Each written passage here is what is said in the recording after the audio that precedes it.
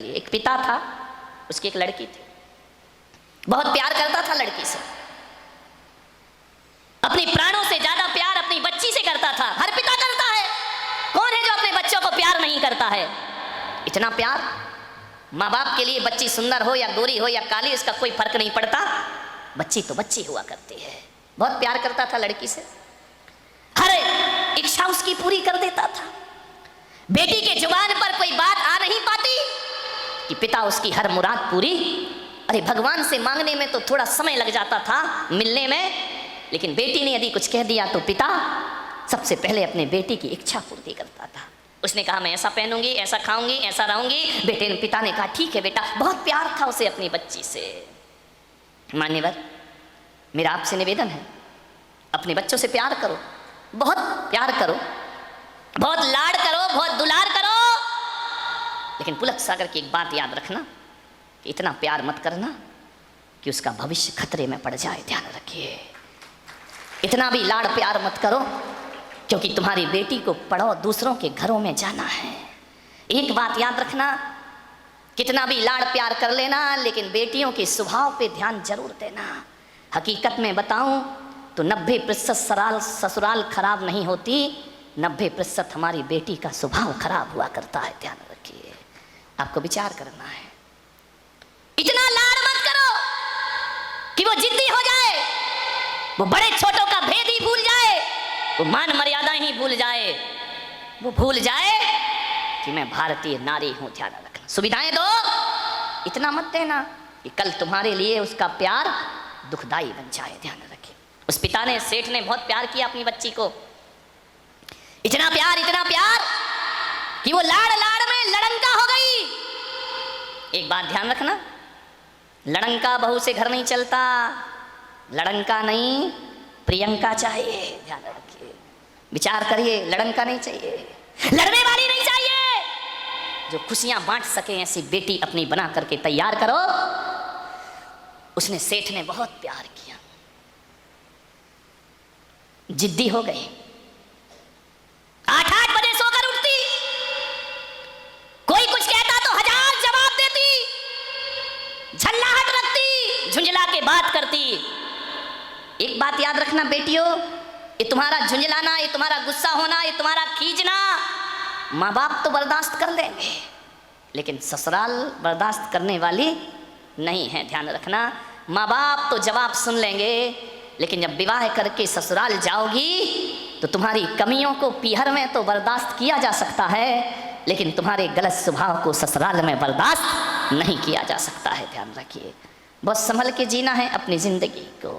अहंकारी हो गई लड़की, घमंडी हो गई लड़की, माँ समझाती कि देखो तुम ये करते क्या हो, कितनी अकड़ में जीने लगी है, कितना ईगो हो गया इसको, फटफट जवाब देती है। पिता ने कहा बच्ची है, ठीक हो जाएगी। ना बाबा, बच्ची समझ के मत छोड़िए, आपका ये प्यार, आपकी ये ढील उस बच्ची का जीवन भर। मैं विचार करता हूँ, आपसे बात करता हूँ, एक निवेदन करता हूँ बड़ी विनम्रता के साथ कि आज बच्ची की हर डिमांड पूरी करके आप थोड़ी देर को तो खुश हो जाओगे, लेकिन ये आदत यदि बच्ची को लग गई तो जिंदगी भर तुम्हें आंसू बहाना पड़ेंगे। ध्यान रखिए, लड़की को पालना किसी संत की साधना से कम तपस्या नहीं हुआ करती है। मान्यवर, बड़ी हो गई, पिता ने कहा कि अब ये बड़ी हो गई है, और जब बड़ी हो जाए तो माँ बाप को एक ही चिंता रहती है कि मेरी बच्ची का घर बस जाए, मेरी बेटी के हाथ पीले हो जाएं, तो हम इस जिम्मेदारी से मुक्त हो जाएं। शादी कर दी पिता ने एक अच्छे घर में, शादी हो गई, विवाह हो गया, चली गई ससुराल। 8 दिन भी नहीं हुए, फोन आ गया पिता के पास, पिताजी। हाँ बेटा बोल, कैसी है? अरे कैसी हूँ, मर रही हूँ मैं यहाँ पे। मर रही है? ऐसा 8 दिन में तेरा ये हाल हो गया? बोले मैं इस घर में 1 मिनट नहीं रह सकती हूँ, इसी वक्त मुझे आइए लेकर के चलिए, मैं इस नरक में नहीं जी सकती हूँ। पिता ने कहा यार 8 दिन में ऐसा क्या हो गया? अरे बोले सब बेकार है, यदि मुझे जिंदा देखना चाहते हो इसी वक्त आ जाओ, जैसे हो वैसे आके मुझे ले जाइए। बाप ने कहा यार मैंने तो इतना अच्छा घर देखा था, इतना दहेज दिया था, सब कुछ दिया था, उसके बाद इतनी अच्छी शादी की, पूरे नगर में ऐसी शादी कोई नहीं कर सकता है, 8 दिन में ये क्या? बेटी ने कहा मैं फोन रख रही हूँ, जल्दी आओ वापिस, मुझे ले चलो यहाँ से, नहीं तो बेटी का मुंह नहीं देख पाओगे। लाचार पिता। ध्यान रखना, लड़की का बाप बनना कोई बच्चों का खेल नहीं हुआ करता मेरे भाई। लाचार था वो पिता। क्या करता, एक तरफ तो बच्ची का प्रेम है, 8 दिन हुए चला गया ससुराल में लड़की की। जैसे ही गया किसी ने जय जिनेंद्र भी नहीं किया, किसी ने राम राम भी नहीं की, किसी ने इतना भी नहीं कहा कि समधी जी आइए पधारिए। लड़की के ससुर अपनी जगह चले गए, दामाद बाजू से निकल गया। देवर ने कुछ नहीं बोला। उसने देखा यार 8 दिन की शादी में ये शमशानी माहौल है यहाँ का, किसी ने कुछ नहीं बोला। घर में गया बेटी के पास कमरे में। एक बात याद रखना, एक बेटी के गलत व्यवहार से तुम्हारी ही ससुराल में तुम्हारे माँ बाप का अपमान हुआ करता है, ध्यान रखिए। और यदि व्यवहार अच्छा रखती तो 4 लोग उनके स्वागत में खड़े रहते, कहते कि धन्य हो आपने ऐसी पुत्री को जन्म दिया है, ध्यान रखिए। कोई नहीं बोला उससे। गया बेटी के कमरे में, बेटी बात क्या, इसी वक्त चलो पानी मत पीना इस घर का। अरे पिता ने कहा ऐसा क्या? बोले अभी ले चलो, इसी वक्त पीहर ले चलो, मेरा दम घुट रहा है, मैं यहाँ एक पल नहीं रह सकती हूँ। उसने कहा बेटा रुको, मैं तेरी सासू से पूछ लेता हूँ। बोले क्या पूछना उस डायन से? अरे बोले उससे मत पूछो, बुढ़िया से, उसके कारण तो मैं दुखी हूँ इस घर में, 8 दिन हुआ नहीं, मेरा जीना हराम कर रखा है। बोले बेटा रुको एक बार मैं पूछता हूँ। गया लड़की की सास के पास, बोला बहन जी मैं आया हूँ। सास ने कहा दिख रहा है, कोई मुझे चश्मा नहीं लगा है, मैं आया हूँ। कौन सा बड़ा कमाल कर दिया तुम आए हो तो। पिता ने कहा यार ये कैसा व्यवहार है। बोले बहन जी मैं अपनी बच्ची को ले जाना चाहता हूँ, कल के ले जाने वाले आज ले जाओ। इसी वक्त ऐसी लड़की भेजी है तुमने, जीना हराम कर रखा है इसने, 8 बजे सो के उठती है, कोई काम नहीं करती है, सीधा बना बनाया खाना चाहिए, और किसी ने कुछ कह दिया तो 1 की 4 सुनाया करती है। ऐसी लड़की दी है, ले जाओ अपना पैसा वापिस, ले जाओ अपना दहेज वापिस, नहीं चाहिए हमें ऐसी लड़की। पिता का सिर झुक गया बेटी की गलती से, ध्यान रखना। शर्मिंदा हुआ, बेटी को लिया चला गया। बोले बहन जी 10-15 दिन में भेज दूंगा। बोले कभी नहीं, जिंदगी मत भेजना उसको यहाँ, दरवाजे उसके लिए हमेशा के लिए बंद हैं। पिता समझ गया कि जरूर कुछ गड़बड़ है। बेटी को बिठाया कार में, ले गया घर।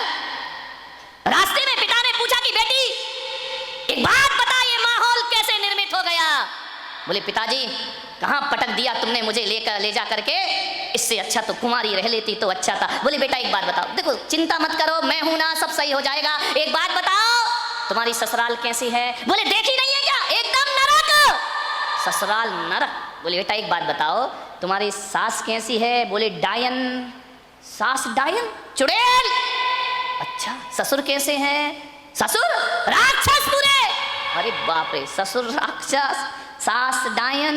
बोले बेटा अच्छा एक बात बता, जेठ कैसे? बोले धूर्त नंबर 1 का मूर्ख। अरे बोले देवर कैसा है? बोले आवारा बदमाश, यहाँ वहाँ घूमते रहता है। अच्छा तो बेटी एक बात बता, ननंद कैसी है? बोले नंबर 1 की चुगली करने वाली चुगलखोर, उसके जैसी लड़की मैंने जिंदगी में नहीं देखी। तो बोले बेटा एक बात बता, तेरा पति कैसा है? बोले साक्षात यमराज है, पति यमराज, ससुर राक्षस, सास डायन, देवर आवारा, जेठ मूर्ख, ननंद चुगलखोर। बोले एक बात और बता दे बेटा, तेरे पड़ोसी कैसे हैं? बोले LLB। बोले LLB? बोले लुच्चे लफंगे बदमाश। LLB तो यही होता है। बोले लुच्चे लफंगे बदमाश। अरे पिता ने कहा यार एक आदमी गलत हो सकता है, 2 गलत हो सकते हैं, पूरी ससुराल का हर मेंबर गलत है। ससुराल तो छोड़ो, पड़ोसी भी गलत है। समझदार पिता था। ध्यान रखना, लड़की के माँ बाप को बहुत समझदार होना पड़ता है। उस पिता ने कहा कि अब गड़बड़ ससुराल नहीं, गड़बड़ मेरी लड़की है। एक भी तो अच्छा नहीं है पूरे घर में, जो देखो सब इसके खिलाफ है, जो देखो सबकी ये बुराई कर रही है। बोले बेटा चिंता, बोले पिताजी अब मैं कभी नहीं जाऊंगी। बोले मत जाना, तेरे बाप का घर है, आराम से रहना।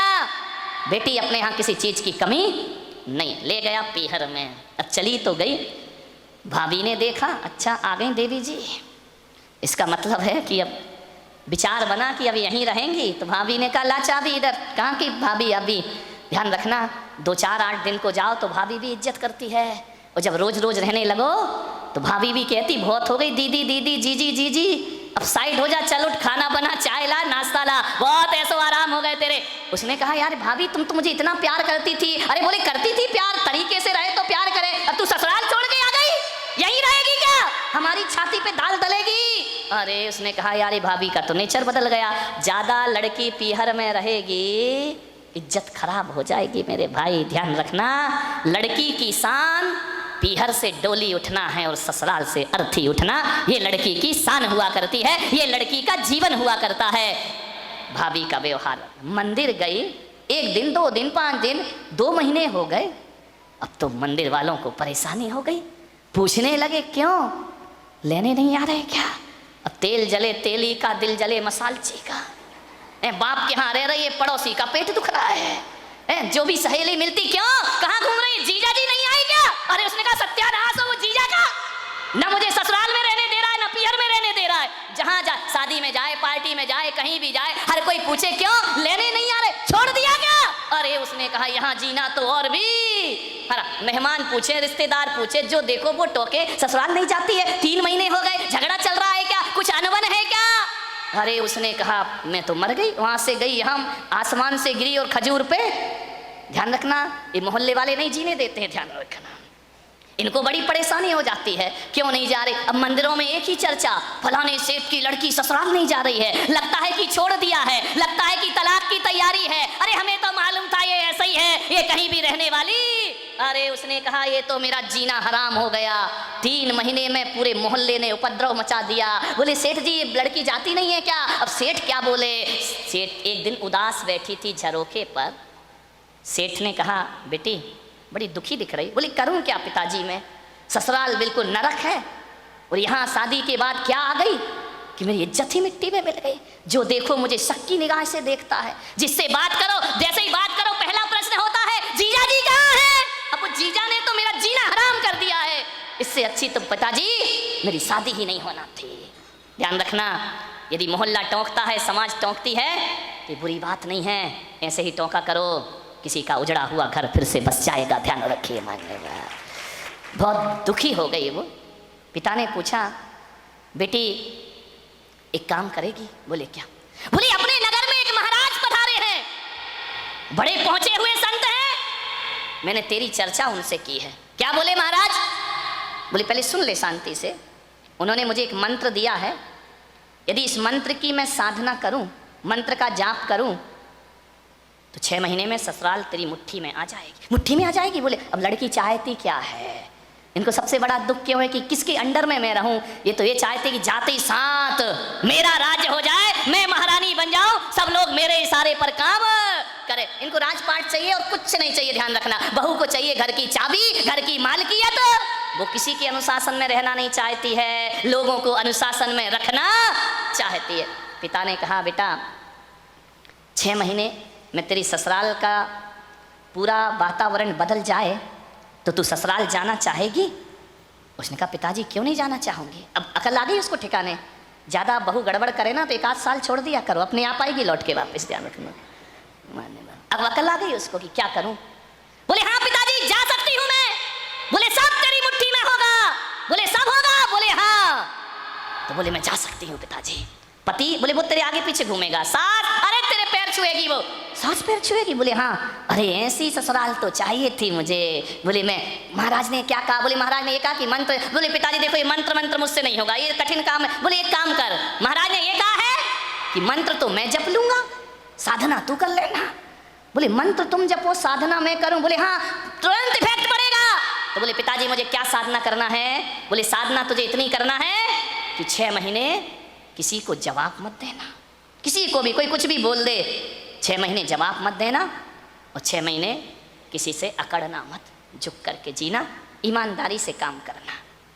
बोल तैयार है। बोले पिताजी तैयार हूँ, बस 6 महीने ना। बोले हाँ, उससे ज़्यादा तो नहीं। बोले नहीं, उसके बाद ससुराल मेरी मुट्ठी में। अरे बोले तुरंत मुट्ठी में। और बोले नहीं हुई तो बेटा अपना घर है, वापिस आ जाना। गया, तैयार हो गई, पिता ले गया ससुराल में। जैसे ही पहुंचा सबने देखा, फिर आ गई ये आफत की जान है। कोई नहीं बोला इनसे, न ननन ने बोला कि भाभी आ गई, न देवर ने बोला भाभी आ गई, न जेठ ने बोला बहू आ गई। पति ने कहा फिर आ गई कलमुही इस घर को बर्बाद करने। गुस्सा तो इतना आया उसे, लेकिन पिता ने कहा साधना ध्यान रख, कुछ भी मत बोल। 6 महीने गई, पिता ने छोड़ा। सास से बोला कि बहन जी ये रखिए इसको, ये बदल गई। बोले ये क्या बदलेगी, वापिस ले जाओ इसको, मैंने मना किया था ना कि हमारे यहाँ मत भेजना। एक मौका तो हर किसी को दिया जाता, इसको देने का प्रयास करिए। सास ने कहा ठीक है। गई, सुबह उठी, 8 बजे उठती थी, 6 महीने मुझे 6 बजे उठना है। उठी, गई, सासू के पैर पड़े। अरे सास ने कहा ये क्या है, ये पैर पड़ रही मेरे। बोले अम्मा जी आशीर्वाद दो कि आज का दिन सुख शांति से बीते, शुभ बीते।